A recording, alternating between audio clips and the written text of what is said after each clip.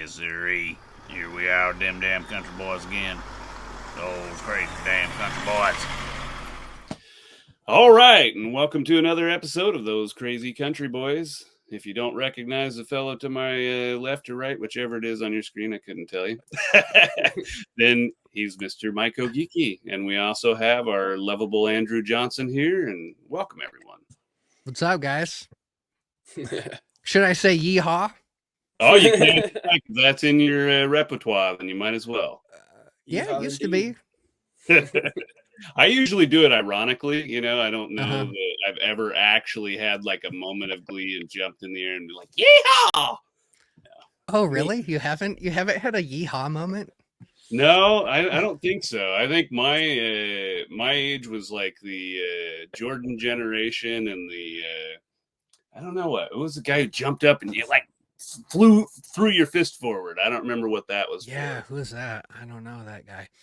I do remember. I mean, I'm 47, so I remember the old Toyota commercials, and they would like jump up in the air, and then it would freeze frame with everybody like just frozen in the air. Right? Yeah, and everybody tried to mimic that. Yeah, and of course, you know where I was from, if you owned a Toyota, you'd get stoned to death because if you didn't work for Fords or GM, you know you were a complete, like everybody did. You were a traitor if you bought a foreign car. Oh my God. And now the most American car you can buy is a Toyota, I think. They're pretty good. Fuel efficient and they go everywhere. But they're the most American car too. Like more of a Toyota is made and manufactured and assembled in the United States than all the other quote American cars, thanks to NAFTA. Interesting. Whoa. Yeah, I didn't know that. That's I'll have to remember that when I look next. They need more towing capacity though. They couldn't haul this trailer I'm in. Otherwise, I'd have ended up with the Tundra probably. Yeah, I don't think they have a diesel. But dude, I had the 5.7 liter Tundra for a while, and I got the extended bed without the extended cab because I was a contractor at the time. I wanted to be able to haul 14-foot sheets of drywall in the back, and that thing was too torquey, man. I couldn't even just like accelerate calmly out of a parking lot without peeling out all the time. I had to throw a bunch of sandbags in the back and try to weight it down in the back. It was not designed to not have that cab. Yeah, that's funny. Well, you know, I got to tell you, you really helped me to get my butt moving on doing this podcast at all. So my initial questions for you are going to be related to that and, you know, how bad advice for folks. So, you know, why did you get into podcasting? And was it that were you like, hey, I want to start a podcast and mycology is where I want to go? Or were you like, hey, I love mycology, I really want to inform people? Like, what happened there? All right. So the true story of how this came to be. So as a lot of people might know, some people might not know, I make a little scalpel sterilizer. So when I first started in mycology, no one would talk to me. I was nobody, right? So I'd ask people questions, the people I'd watch YouTube videos of, and I couldn't get a response from anybody. And then I started making this scalpel sterilizer and started getting a little traction. Next thing you know, those people that wouldn't talk to me, they started talking to me. And it didn't take me long to realize they were talking to me because they were trying to sweet talk me, you know, into maybe getting a sterilizer for free or discounted or whatever. Yeah. Well, I only ever gave away 2 of those. One was for one I gave to Yoshi, who was a very good friend at the time, and the other was Gary Hefferly, who's also a good friend. And I didn't do it with the expectation of a review video, but I kind of thought if anybody is going to, those 2 guys will. So, you know, it's money well spent. So anyway, all these other people though would chit chat with me, and I think in an attempt to get me warmed up to them, they would tell me a bunch of their cultivation secrets, or they'd go in depth on stuff. They'd answer my questions, and I would get done with these talks thinking to myself, man, I wish I could record these talks because this is the shit people need to hear. Not the gatekeeping version of it, not the watered down version of it, not the, hey, well, if I have you succeed right out of the gate, then you're going to buy less crap from me version of it. Right. So that thought had been in my head for a while. And then one day I'm a I don't always agree with Joe Rogan, but I really like that guy. I like him probably 75% of the time. I'm watching the Joe Rogan podcast one day and it just clicked. And I just said, do that for mushrooms. Just do this. Let's just talk about mushrooms. So yeah, I went for it. Now, one little anecdotal story. For mock elections in high school, I won a few of those, and one of them was most likely to be a talk show host. So Interesting. at some point in time, they literally invented that one for me. Like that wasn't an annual mock election category. I got a couple. I got most opinionated. I won't go into some of the others, but anyway. So when that idea popped in my head, it didn't take long for me to go, well, I did get that.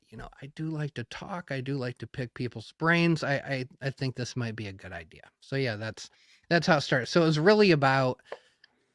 was really an attempt to make sure all the information was getting out to people. I really had a big fucking problem with the gatekeeping. Yeah. I didn't like it. I get this is like the flip side of capitalism, right? It's like, oh, free market and the best product wins. And no, that's not how it goes, man. It's the guy that spends the most on slick advertising wins. The biggest capitalist with the most money coming into it wins. There's a bunch of stuff, I could go into detail about that, but it's not always fair. And I just wanted to do something to make it more fair. Yeah. Oh, that's a huge boon. And in fact, sitting through that Roger Rabbit interview, that's the entirety of what I got from him as to why he worked on the shroomery too. Is that people were hoarding information. They would have seminars and say, okay, well, here's what we sell. Would you like to buy it? Like, no, you're supposed to tell us how to do it. Right. Yeah. Well, but if you just right out of the gate tell everybody how to do it and they figure it all out, then they don't need you anymore. Right. You can't make money off of them. If they got a teat, they want you suckling on it, right? Exactly. So, and that's where our community is different. Yeah. Like you can, if you make a difference in the community, people will buy from you regardless of whether or not they need the product. I've had it happen. Oh, agreed. I want to support you. Like, Yep. Really? Yeah. I don't need agar plates. I pour my own, but I'll buy some from you. Yep. Oh, couldn't agree more. They want that. I mean, I really wasn't into I'm gonna tell you right now, when I went to the University of Michigan, I never owned a University of Michigan t-shirt, sweatshirt, nothing. I've always had an aversion to wearing corporate logos on me. I'm just not a label dude. So for me to have specifically merch that promotes my brand is pretty antithetical to who I am. But at the same time, I had a couple mods who were like, but dude, if people like you, they want to support you. You have to give them a way to do that. If you don't give them a way to do that, it's almost like a slap in the face.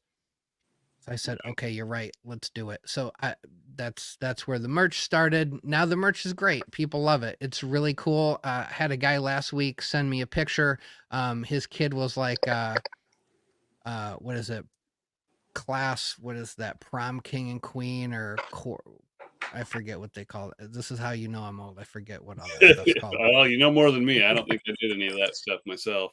Anyway, it was a picture of him at some big school assembly there with his kid, and he's wearing the Myco Geeky hat. So I'm like, that's cool. I like that. Yeah. That's fun. Yeah. And also the money that you earn from selling merch, I'm sure some of it goes back into making a better show. And, Dude, it's not just like you're hoarding wealth and you're like, yes, give me more, Right. Yes. So I'm in a different situation where I have a day job. My wife has a regular job. None of my bills are paid with the small amount of money that I'm making from making sterilizers or running the podcast. It is just all going back into this stuff. Or it's just sitting in, I think I got $5,000 in my business bank account from doing this, making sterilizers for 2 years. It's my Myco money. I can buy the stuff I want from Mycology. I can buy a flow hood. I can buy a freaking microscope. I can Yeah. just now start to go on some trips. But it's not, it isn't my livelihood. If it was my livelihood, I mean, maybe I'd be grittier. Maybe I'd be one of these guys who are like, oh, I don't want to tell you that because that's my advantage. I don't know, but I'll tell you why I am that way and why I still think it matters is because a lot of people hurting, a lot of people mental health issues, a lot of people broke, a lot of people need this medicine. And so, it's easy. I'm a middle class guy. If I didn't want to grow mushrooms, I could easily afford to buy some microdoses. Not everybody can. I think everybody should have access to this. This is like a thing. Everybody should have access to this. Everybody should see what this stuff is all about if they're so inclined, if they're interested.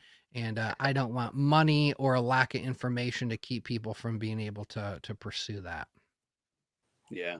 Yeah, I'm with you. And I find that motivates me to do a lot of things, you can't put any barriers towards people in this community, I think, because it doesn't take much to be discouraged and therefore not to receive the medicine that you need. Exactly. Yeah, and then so for example, like I tell everybody, every time somebody messages me about my sterilizer, I ask them a bunch of qualifying questions. How long have you been growing? Do you have a flow hood?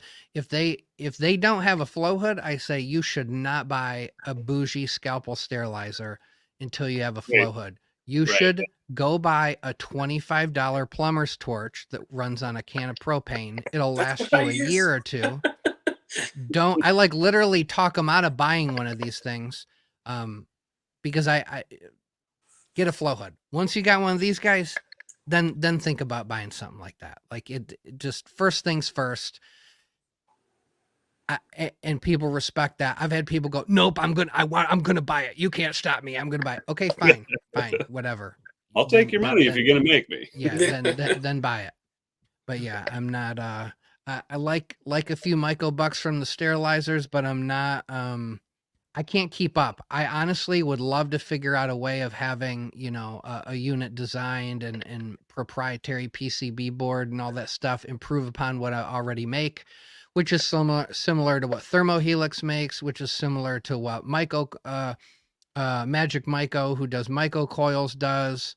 And then now pretty much everybody and his brother, gives it a go and wants to build a sterilizer for a while until they realize it's a grind. It's no fun. It's not like slinging cultures, right? Like every order is hours and hours of work. Every order I got to spend $76 in parts. So when I make orders, I got to buy like $1,000 of crap just to make 10 to 20 sterilizers. You know what I mean? And not everybody's set up to do that. Not everybody works that way. Not everybody's smart. Some people are, every dime they make, they're using to pay rent or to buy whatever they want to buy. And then they're like, oh crap. Yeah. Gotta order more parts and that costs money. And so, yeah, there's only Magic Myco and Thermohelix and myself are the ones that seem to be sticking to it and doing it for the long haul. I think there's a few other guys, the guys that a year ago messaged me and were like, hey, I just want to build one for myself. Could you give me a schematic? Could you give me a parts list? I love that. I get those all the time. And so I gave them all that stuff. I gave them all the information. Then lo and behold, oh, it wasn't just for you. What do you know? Okay, what a surprise. Cool, man. What a surprise. That's like Mercedes-Benz, like Formula One, walking over to, BMW or what, I don't know. I don't follow Formula One, but going over to their lab and being like, hey, so what are you guys doing here? We're not going to copy you. We just wondered. Just going to use it on the farm. Figure the shit out yourself. Be a grown up about it. Or Pepsi walking into a Coke factory and being like, right. What y'all doing? Exactly. So is that molasses in there? What is that? How about you, Andrew? Do you have a fancy sterilizer? Are you a torcher? What do you got going? Yeah, I have one of the plumber torches he was talking about. Yeah. It is. I do have a flow hood, but I use one of the torches. Yeah, they work just fine. They totally work fine. I don't ever tell anybody you gotta, as long as that's working for you. I will say if you're doing a lot of transfers, it's nice. It's fast. Yeah. It is faster than a torch. It's literally like 3.5 seconds. Well, and it's kind of hard to get that big torch in your still air box too. Yeah, so I get a lot of people who buy them who are like, I got a still air box. I'm probably going to have it for a while. I think I like the idea of putting a coil in my still air box, to which I tell them, is it literally not working having the torch? Like, I'm always telling you not to buy this thing. And, until you absolutely have to have it. Then of course, I don't think I've sold almost 500 of these things. And I have not had a single person message me and say, you know what, I probably shouldn't have bought it. Everybody loves them. Everybody likes using them. It's smooth. The torch is noisy. The torch is dangerous. You know, so there's that. Now, everybody uses the little like dab torches, right? Yeah. Don't use the dab torches, man. You're going to burn through so much. Your little cartridges of gas are going to cost you more than my unit's going to cost you. Just go buy a plumber's torch. That can of propane will last forever. Yeah, mine's from Lowe's. Yeah. There you go. Did you get yours before the price jump? I think the last one I bought was actually $45. But now you got the trigger, right? Oh yeah, I got the fancy trigger. Yeah, if you actually use the Sparky one, yeah. Oh, okay. All right. That was my fault. I got the overly convenient one. Because I tell people just to turn it on and don't turn it off for the whole session. Just leave, just a little blue glow and don't ever turn it off. Yeah. That's smart. Yeah. That's smart. Now, the origin story on that one was I used the torch, and then my kid one day had been watching me light the torch. He was 3 at the time. Oh, Lord. And he took the torch and lit a piece of furniture in our basement on fire. And my wife was like, okay, that's gone. You got to find another way of doing this. So first I looked into the back incinerator.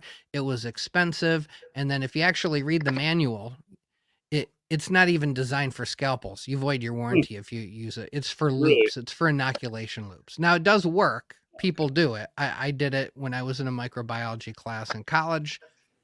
But yeah, it's not the proper way. So then the next thing I looked into was DIY scalpel sterilizer, and I found the Reddit subthread where all the guys that were using their little Dynavapes were making their own, and I was like, okay, cool, did that. Yeah, I wondered if those would work. I had a dab rig, and I was like, man, this looks an awful lot like what's on those geeky rigs. Yep, same difference. Yep. All right. Well, what motivates you today? Like, why do you keep going? And are you finding your success in helping people? Is it just is it part of the routine now, or what drives you? Well, when evaluating midlife crises in my mid-40s, I had a lot of options, and they all were not appealing to me. And then I realized I had just accidentally fallen into this one. It was purely motivated by a lifelong struggle with ADHD. It's easy to get on. I don't know if you guys have it or know about it or whatever, but it's a real disability. It makes you interested in everything. Everything's interesting.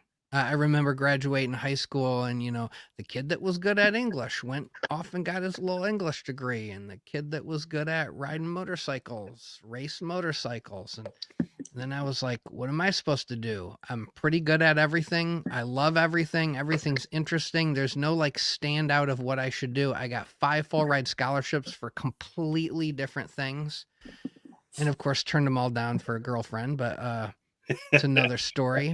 Yeah. So I just, I've always struggled. I tried meds. They didn't work. I tried 3 different meds. Didn't like any of them. And then the whole Adderall thing, man, it's amphetamine. It is. There's no long-term study on what that's doing to people. And I'm sitting there going, man, I could have heart failure if I'm on this stuff for too long. I got a friend who's on 140 milligrams a day. This guy's just like, it's like he's just snorting rails of coke all day. He's on a lot of Adderall. Doc just keeps giving him what he needs. That's right? from the doc too. Wow. It's from the doc. Yeah. So, That's I was heavy. like, I don't know. I read a couple books and was like, man, this is scary stuff. And it didn't really ever feel like it improved my ADHD. Everything was still interesting. It just allowed me to maybe stay a little more on track, had a lot of energy, got a lot of stuff done. So anyway, I got off all that stuff. It took me probably 2 years to feel remotely back to myself. Although I don't think you ever, if you're on any of these, psychotropic medications for any length of time, I think it just completely fucks with your brain chemistry and you never quite go back to normal. I think you get close. Anyway, so I'm back to normal. I'm working at a COVID testing center during COVID, and I happened upon an article on microdosing for ADHD. And halfway through the article, it was just like, okay, I'm doing this. We're gonna see what this is all about.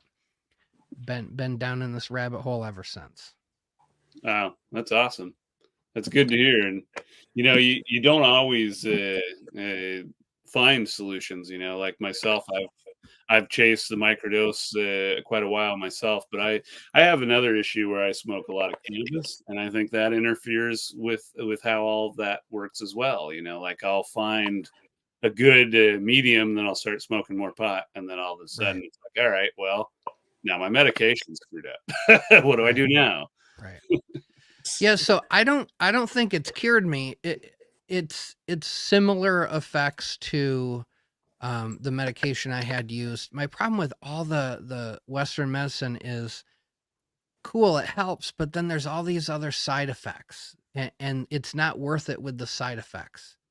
And so at least with psilocybin, and really the great days are the days of microdosing. The day after, pretty good.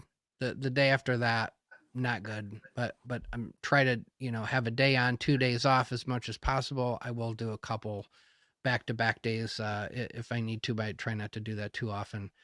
But what doesn't work about it is that it seems to really only work the day I'm microdosing. But it's great, right? It jazzes you up. It's definitely a time release. I wonder if that's possible. It's not possible from home. Sure, Big Pharma could figure that out, and I'm sure they will. Right. Yeah, that's an interesting thought. I wonder if there's some weird way of buffering that. Yeah, because all they really do is they just encapsulate it in something that takes your stomach a long time to dissolve, right? Right. Yeah, So there's a little more to it than that, but yeah, they figure out a couple different ways to slow it down. That would be an interesting naturopaths together. Yeah. Now the real trick, and this is what we're never going to be able to do, is figure out how to make it something you could take every day. Because of course, Big Pharma, they don't want, they're never going to play the macro dose game, right? Yeah. They don't want to invent a drug that you take once and you never have to take again. Right. They want a drug you got to take for the rest of your life. That's how they make their money. Right. So they will probably try to figure that out, but of course they won't touch it till it's federally legal, just like with cannabis, right? Like it doesn't matter how many states make it legal until it's federally legal. They're just not going to touch it. So that will happen someday. Gives us a little bit of power in the meantime. It's kind of one of those double-edged swords where you want to see it legal, but at the same time you don't want to see Big Pharma rolling in and kicking everybody out.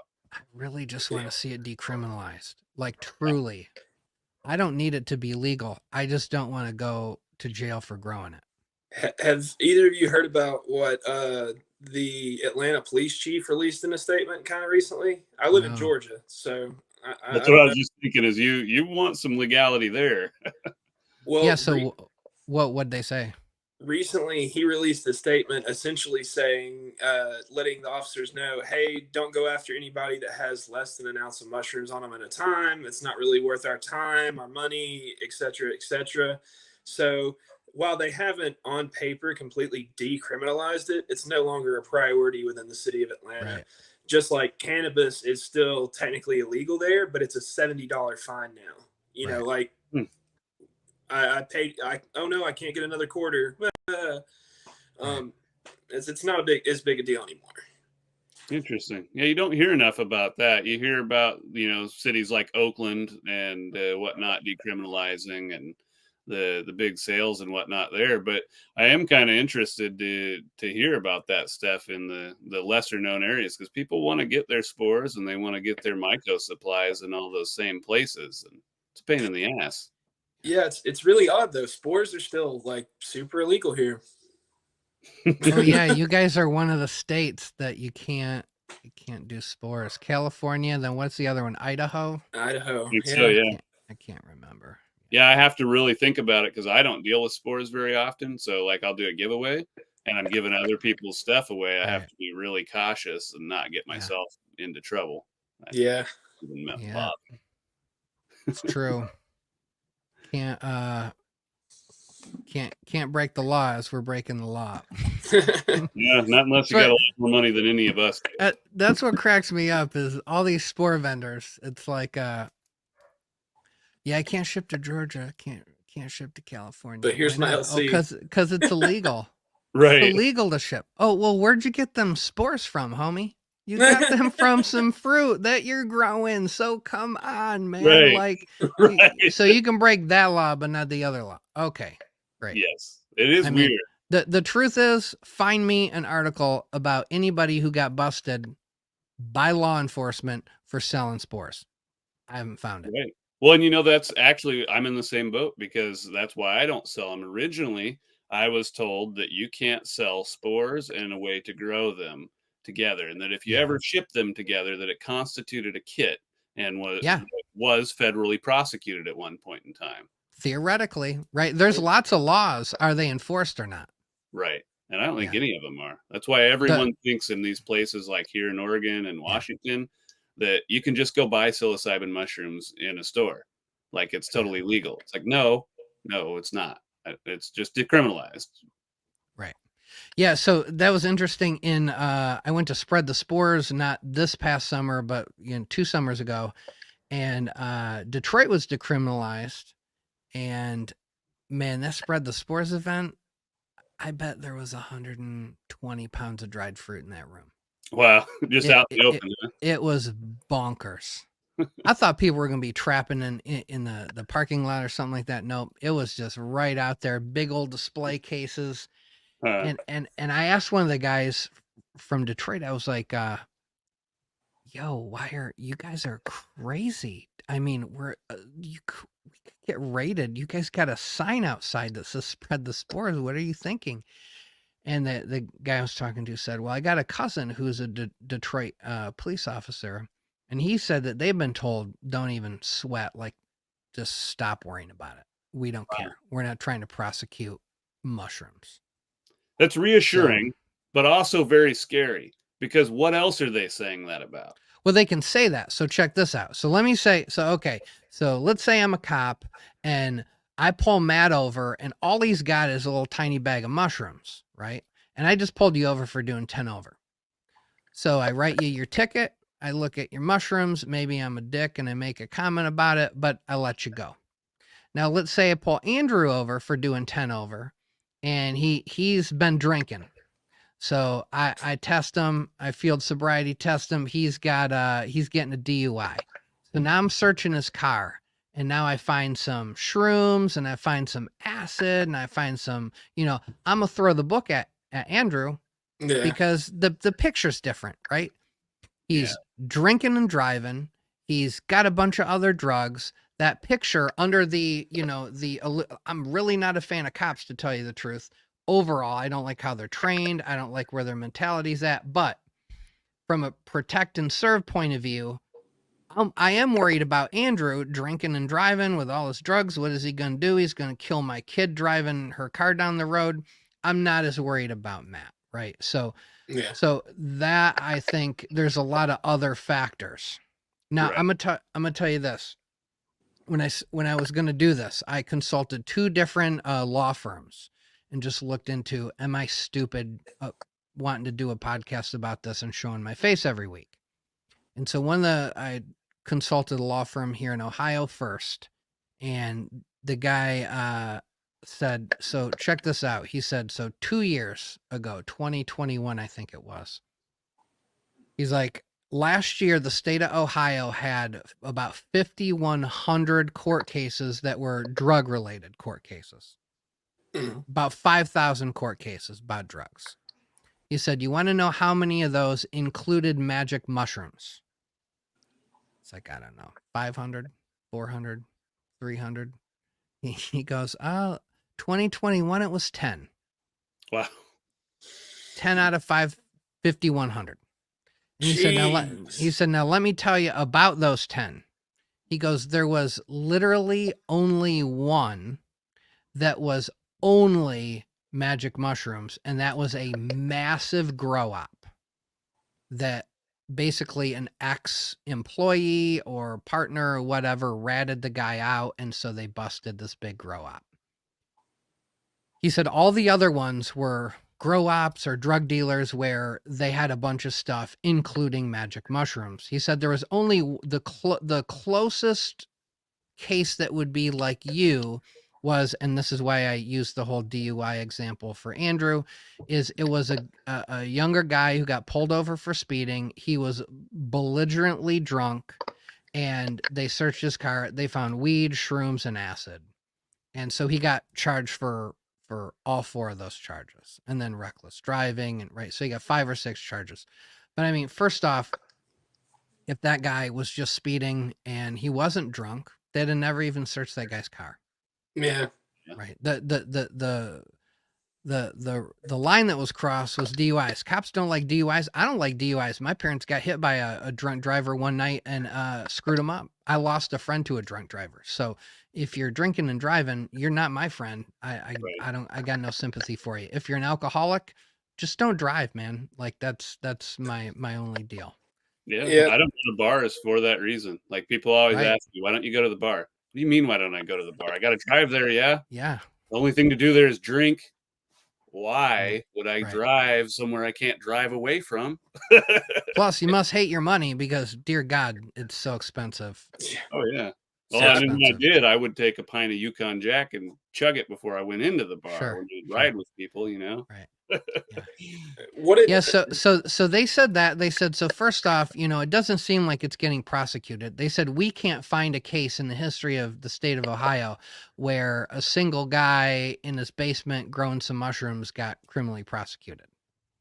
Yeah. So they said, and then this was same with, I talked to a Denver law firm as well, and both law firms said, if you cross state line with any substantial quantity of dried mushrooms, that's a line you don't want to cross.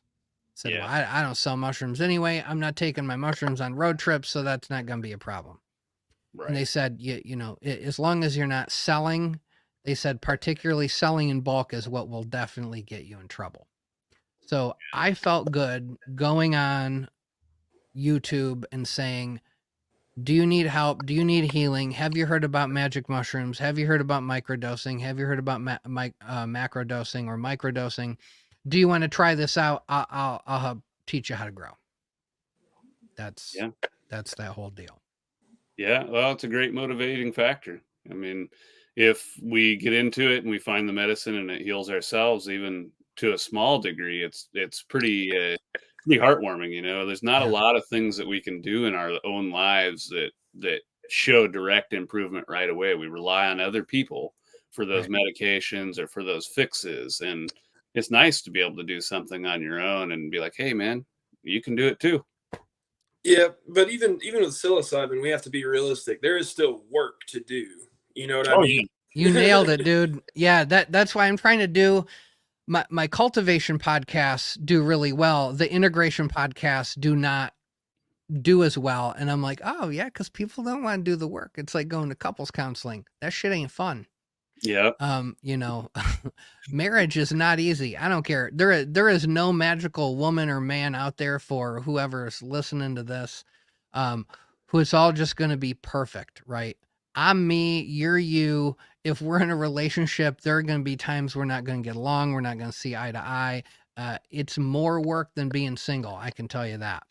So I know, Matt, we've talked about this before, right? When you're single, enjoy it. If you're with somebody and you want to be with them, enjoy Right. it, but prepare to do more work. It is not for the faint of heart. I think I've had my fill right about now. Yeah. So let's see. Last real relationship I was in was 17 years ago. So I've had all the single free time I need. Now I know who I am. Thanks to mushrooms, Sure. by the way. Mushrooms Yeah. help me find myself many times. Yeah. So I'm in the market to find a new job, so to speak. There you We'll go. see how that goes. There you go. Well, not a lot of women roaming around the woods, so you just gotta Yeah. get out of the woods and meet some people. That's why I went to the festival. I got to There get you out go. there in the real world and find some people that Yes. gather in one area that do like going to the woods. Yep. And it was actually pretty interesting to see how many people went on the night forage with Rockefeller, like Oh yeah. stumbling around in the dark with just UV lights through Right. brush and shit that I've taken people that hunt their entire lives that they're like, we shouldn't walk through this. Like, Right. no, they all went through it without question, just because there was the fascination of seeing some bioluminescent fungi or Right. whatever was out there, and it's pretty amazing to me. We're about to host one of those too, man, down here. Are you? Well, Mhm. don't do what I Yep. did. I actually had Alan come up to me in my stand and tell me I brought the wrong light. I bought the wrong nanometer. Get the Oh, 3. you got the purple one. Yeah. We're back, folks. Had a little blip, and now we're back with the geeky, and we'll tidy things up here. Andrew, why don't you lead the charge, since I've lost wherever the heck we were when we left? Well, one thing I was curious about is, where did the name come from?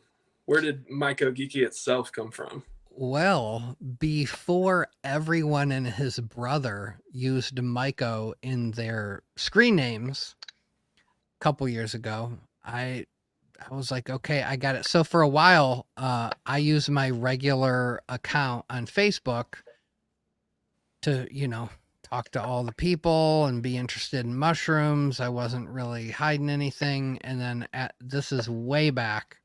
And my wife's like, yeah, you should probably get another account. Like people, even relatives are going to probably start wondering, or noticing things or wonder who all these weird mushroom fanatic friends are. And so I'm sitting there just trying to figure out a name, and I it didn't put a huge amount of thought into it. I was like, I'm a geek about this stuff, and let's go with Myco Geeky. I looked it up. Nobody had it yet. No, I take that back. I think I was going to do Myco Geek, and somebody had that on Instagram.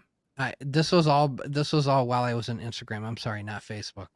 And somebody had Myco Geek, and it was just like some person that mostly had like canoeing pictures, but I guess also the day they invented their screen name thought they would do Myco Geek. So I was like, oh well, I can't have Myco Geek, so I guess I'll be Myco Geeky.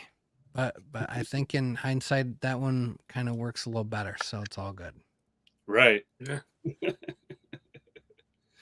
Well, now Well, everybody's Myco. Everybody's Myco. Everybody's, the foolish mycologist, the green mycologist, the new mycologist, Myco this, Myco that, Myco.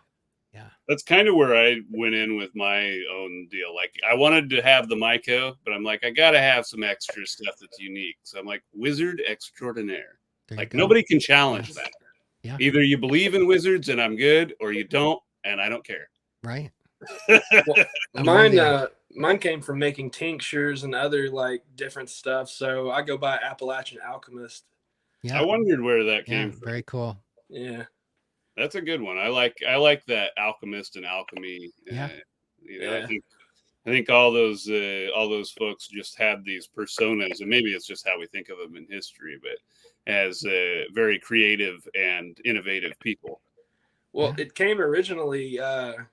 One of my best friends, he was like watching me make the tinctures. He was like, dude, you look like Igor, like Frankenstein's little scientist, like bent over the table and doing all this stuff. And I was like, I don't think I like that name very much. I was gonna say, you could take offense to that real easy. Yeah.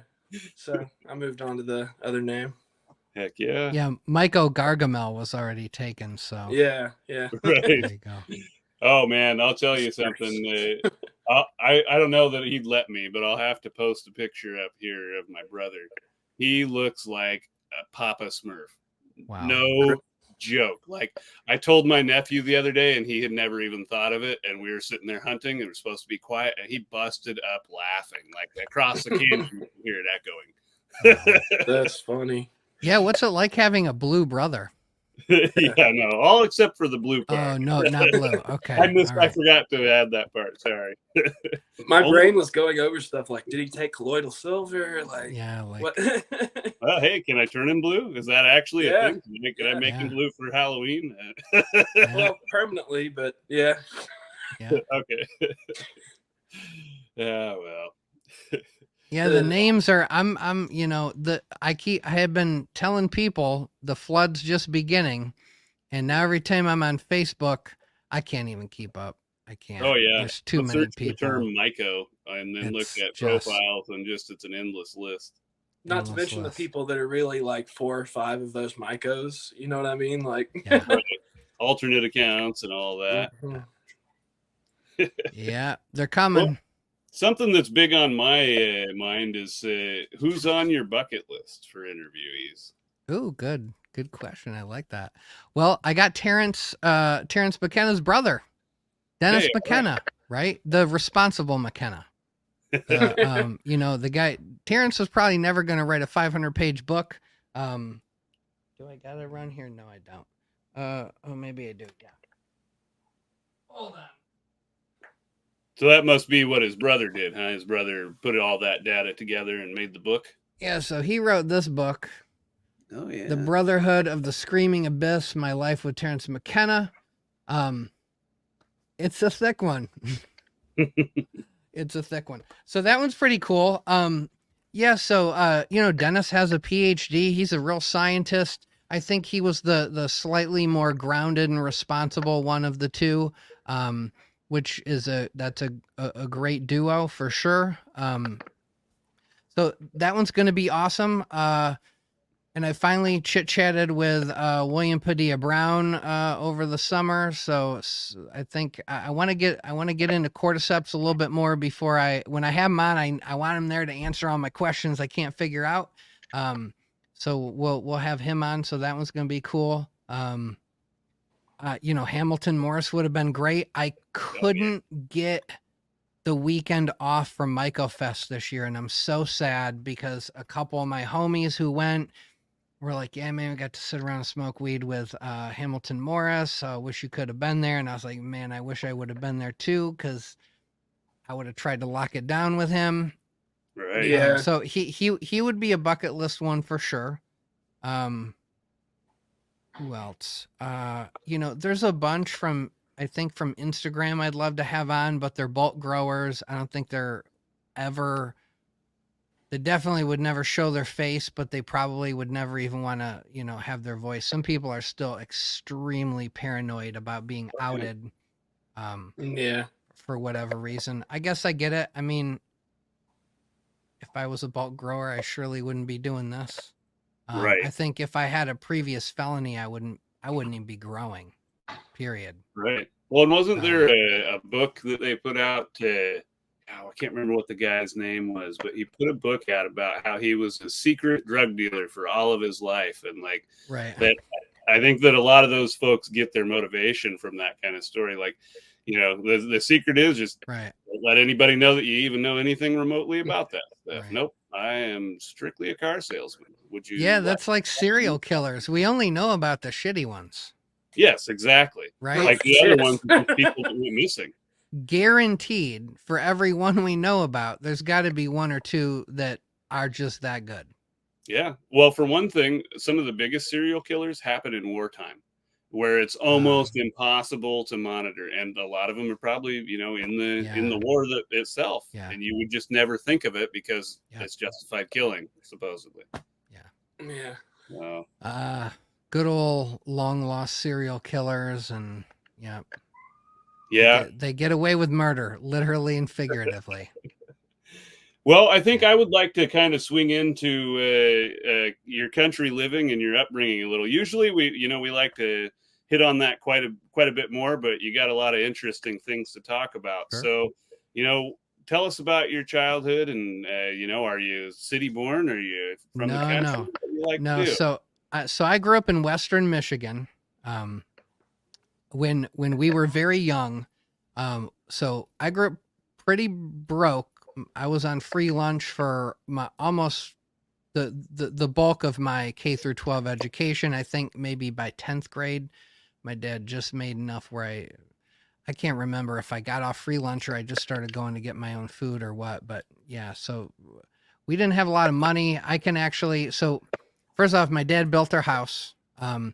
He graduated college with like 10 grand in the bank. He used it to buy some land. They got real lucky. They were just like walking on the beach one day, talked to these two guys who were out fishing, and they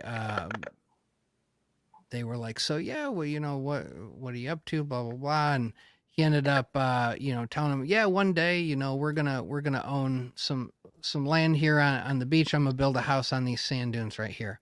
And the guy goes, oh yeah, well, where would you build it? And he's like, I don't know, somewhere along here. He's like, why don't you point to where you want to, and my dad looks at this guy and it's like, why do you want me to point? He's like, well, because we own from there to there. It was two gay fishermen from Chicago. And so they sold my dad. He was like, I don't have enough money. And they're like, well, what do you got? So they just to be nice, sold him a tiny little slice of land. My dad went and borrowed some money, bought a bulldozer to level off anyway, long story short, like they lived in the basement of the house for 6 years because he didn't have the money to finish the top. And it was a tiny ass house, but my dad never had a mortgage. So we lived like we were middle class, even though we're like very lower middle class. And, my dad, we cleared lots for people during the summer. So we had wood. We heated with wood. My dad just didn't have the money to pay the electric bill. So we were always cutting down trees and bucking lumber and, had to have a few cords of wood in the back. Every morning I got up, I had to go outside even in the winter and bring in enough wood to, keep the little wood burning stove in the basement going. And then my dad fabricated this plenum to go over the wood burning stove so that it would filter into the HVAC. So yeah, we lived pretty meagerly. We had a big garden. A couple of my relatives also had a garden, so we canned a lot of vegetables. Yeah, so we lived pretty country. We were in like a small town though, but we were not in the town part of it. We lived by Lake Michigan. And then eventually property taxes got too high. My dad couldn't afford it anymore, so we had to move inland. But yeah, so I kind of in between. Definitely didn't grow up in a city, more small town, but because of how we lived for a while and where we lived, we were 3 houses down from the state park. So all I did growing up until about 3rd grade was wander around the woods. And then even when we moved inland, I still pretty much rode my bike and wandered around the woods. So yeah, I'm not super rural, but a little bit. I know about gardening, Yeah. Sounds like that the origin story there explains a lot why you have such success. I mean, you got a great driving factor. And I'll tell you that story of the fisherman, man, that's pretty amazing. Like that had to have been like one of the biggest life-changing events, I imagine, at that point for your dad. I can tell you. So the school district we were in, we would not have been in that school district if he hadn't been able to build that house. And yeah, if he hadn't, he grew up with, Depression era. My grandma and grandpa on my dad's side, they were Polish speaking. They were first generation. So he had that like hardcore work ethic, save money, never spend a cent. Wish he would have figured out how to make more money. You can really have 2 agendas. You can either figure out how to spend none of the money you have, and that's how you're going to get rich, or you can figure out how to make more money. He definitely spent more time figuring out how to not spend money than how to make more money. But But yeah, that definitely, that little move of him being able to build a house and never paying a mortgage. I don't know about you, but mortgage is a big chunk of money. Oh yeah. You know, that Yeah. That was a rent or- motivating factor in selling my house, in fact, and buying a trailer and a truck. Yeah. Because I could Yep. pay them both off. And at the very least, where I live, it's mine. Nobody Yep. can take that, you know. Well, they Yep. could, but eminent domain. Yes, they can Yes. if they want to. But if you get far enough in the woods, they probably will never want to. So But that income tax thing, man, or that, not the income, the property tax, yeah. Like that's what really kills a lot of people's dreams, you know. Like my Mhm. dad, same with this place. He's retired. And you know what he does every year? He cuts firewood and sells it so he can pay the increase in property tax because he has no income. Yeah. Their retirement, his Social Security didn't account for a tripling of property tax. Nope. Yeah. I mean, you know, in general, like the Social Security in general was invented because everybody couldn't afford anything once they couldn't work anymore. And back in the day, right, these jobs were very labor intensive and it beat the crap out of everybody. And then they would have to retire and they couldn't take care of themselves. So they had to come up with this process for paying into Social Security, but it's inadequate now. Yeah. Yeah. And, you know, I just don't see it improving. Oh God, no. But I think their kids, us, are pretty ingenious, and we're figuring out things on our own too. You know, like the fact that we don't need our own place. We don't all need to have our own places if we can live together and support one another. You know, like wait a minute. I don't need a house. I don't need 2 cars. I don't need a mortgage. I don't. What? No, you need 4 cars, 2 houses. Right. You need a truck and a car, right? And a Polaris. Got to have a Polaris. Got to have an 18-foot Bayliner. Got to have a fifth wheel. Yeah. Yep. I mean, once you pay the mortgage off, that's when you get the fifth wheel or the boat, right? Right. They keep you in debt. Keep you in debt. I got money. You know, they're like, oh, that's a nice trailer you're hauling around there. You must be rich. Like, no, that's my house, dude. Right. Yeah. But, you know, life goals, you know, if you spend most of your time hanging out in the woods and something like a trailer is a great mobile station to start from, or, you know, whatever you want to call it, a base camp, you know, then it really comes in handy. You don't want to treat it as poorly because it is your home. Right. Yes. Yeah. Yeah, a lot of that's changing. I think a lot of those paradigms are shifting. William Padilla Brown was talking about his nomadic lifestyle.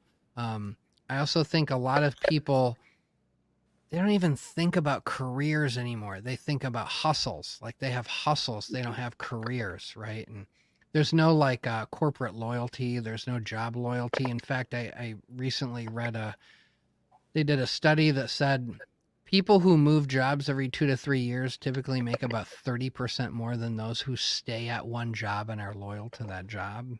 Yeah. Yeah. Yeah. I learned early on from my dad that essentially as soon as you get a job, start looking for another one. Not because you want another job, but because that's your biggest bargaining tool. Like if you go to your boss and say, hey man, I'm broke, I need money, like I'm going to start. He's going to be like, okay, well, I'll give you 2 cents an hour. Right. Yeah, but if you go to that same guy and say, listen, you're going to have to hire somebody else next week because that guy across the street's going to pay me twice as much, you're going to get, you know, a bigger jump in that. You get a little bit, but you get the most if you leave.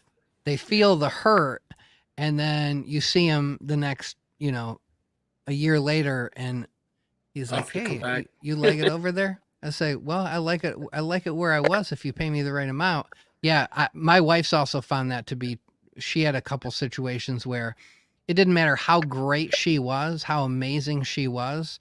They wouldn't promote her. They wouldn't give her more money. And she was truly killing it and so much better than her peers at that place. And so she just left.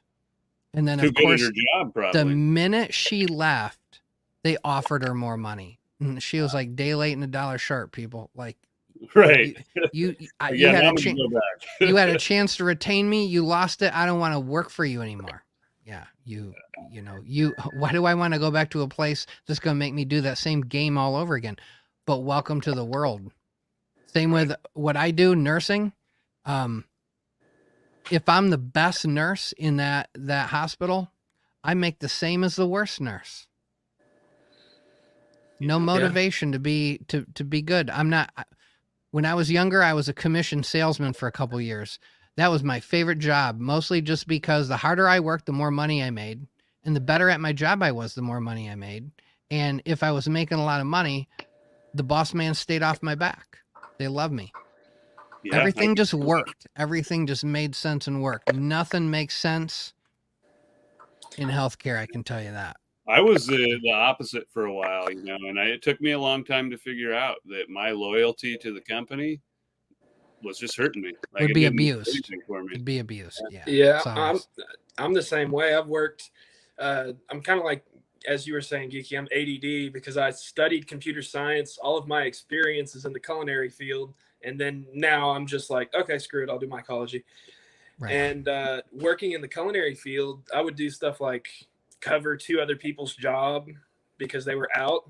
And then, okay, the next day, this is part of my job now. You know, like. Oh, yeah. Oh, wow. Andrew, we were impressed. When Brad called off yesterday, the way you handled his job made us realize we're just going to make you do more work for the same amount of money. And then when people leave because of crappy conditions, they're like, we don't need to hire more. It's fine. Yeah. Right. Now, if this guy can do 2 people's job, everyone can, right? And that's what it became. Yeah. Yeah. We get that at work, right? We get a call off at work. Do you think they walk up to us and go, hey, so, you know, Tiffany's not at work today. She makes $40 an hour and you 4 are now going to have to absorb her workload. So we're going to each give you $10 extra today. Do you think they do that? Fuck no. No. They love it. Oh, call off? Cool. We save money today. As long as it doesn't happen too often, they'll be fine. They'll just stomach it. It's just pathetic. Just give me that money. Somebody doesn't show up if I do their job today, then just pay us to do it. We would all shut up and we'd be cool with that. Fair compensation. It's just fair. That's fair. When I ran a construction company and I had employees, if one guy called off, I didn't expect those people to do the work that I thought that guy was going to do for the day. I knew we were going to get less done. And I also was never the contractor that sat in a lawn chair and watched everybody do the work. I was right there next to them every second. Nobody was working harder than me. A lot of people were working as hard as me, but you know, I was right there. So it wasn't, I definitely led by example. But I never would expect that. It would never be like, hey, well, Bill was going to tile this room. So now somehow magically you guys got to all do his job too. But that's what happens where I work all the time. So many industries, man. Yeah. Yeah. Yeah. Picking up the slack of others. It's very stressful, I imagine. And they wonder, they go, people getting paid too much. Did you hear? $15 at McDonald's. That's bullshit. These kids make too much money. Everyone's too spoiled. I'm like, do you know what this crap cost? You bought your house back when it cost $40,000 and you're acting like everyone's lazy. Average home in America is $480,000 now. Yeah. What? Yeah, I saw some comparisons to $500,000? Who can afford a home? That our homes now, like the cost of the house compared to our income, our median income level, it's like 400% higher. Oh yeah. Like, we're worse off than the Great Depression. Way, way worse off as far as that gap is concerned. Way. And nobody even notices that, you know, they're like, we're not in a depression. We just have inflation. Like, no, we're all having a real hard time right now. Yeah, it's bad. It's real.